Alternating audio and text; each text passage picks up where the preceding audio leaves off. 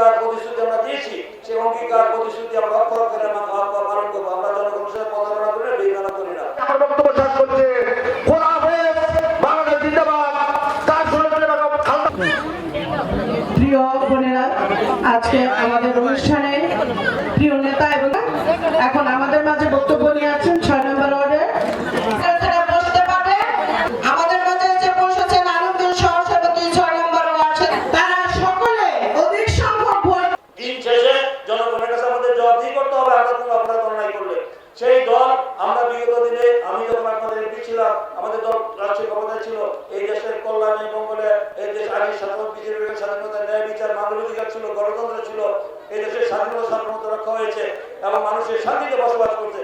আমরা চাই আগামী দিনে এই বাংলাদেশে আমরা যদি গণতন্ত্রের সরকার, জনগণের সরকার যদি প্রতিষ্ঠা হয়, তাহলে আপনারা এই দেশে যেন আর কোনো চাঁদাবাজি না হয়, আর কোনো মাদকের কোনো সংগ্রাম না সৃষ্টি হয় এবং চাঁদাবাজি না হয়, মাদক মুক্ত সমাজ, সন্ত্রাস মুক্ত সমাজ, মাদক মুক্ত সমাজ, এই আমরা কি প্রতিষ্ঠা চান না? কি বলেন?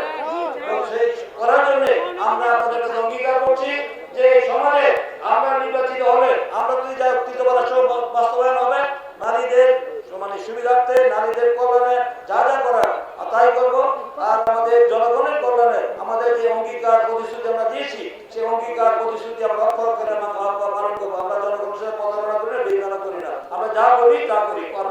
আমরা কাজের বিষয়টি কোথায় নয়, তাই আমরা কাজে রাখবেন আগামী দিনে। তাই মা বোনদের কাছে আমাদের একটু আকুল আবেদন যে আমাদেরকে আগামী দিনে একটি সুন্দর সমাজ বিনির্মাণের ক্ষেত্রে একটি গণতান্ত্রিক রাষ্ট্র উপহার দেওয়ার জন্য আপনাদের আইনের শাসন, স্বাধীনতা, ন্যায় বিচার এবং আপনাদের অধিকার আদায়ের জন্য, মৌলিক অধিকার আদায়ের জন্য আপনারা দানিশের প্রার্থীকে নির্বাচিত করবেন এবং করে আমরা দেশে যেন বাংলাদেশের আর কোনো ফেসিবাদী সরকার, জাতীয় সরকার, মাফিয়া সরকার এবং খুনি সরকার, জালিম সরকার যেন সৃষ্টি না হয়, তার জন্য একটি গণতান্ত্রিক সরকার যেন হয়, সেটা করবেন। জনগণ অত্যন্ত সচেতন, অত্যন্ত মেধাবী।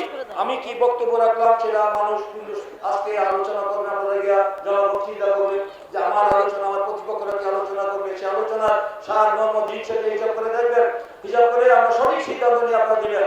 আপনাদের বিবেক যেটা বলে সেটাই করবেন। তাই আমি আপনাদেরকে বলবো যে আপনারা কোনো ভয়, ভীতি, হুমকি ছাড়া নির্ভয়ে নির্বিঘ্নে ভোট সেন্টারে যাবেন, গিয়ে আপনাদের ভোটাধিকার প্রয়োগ করবেন।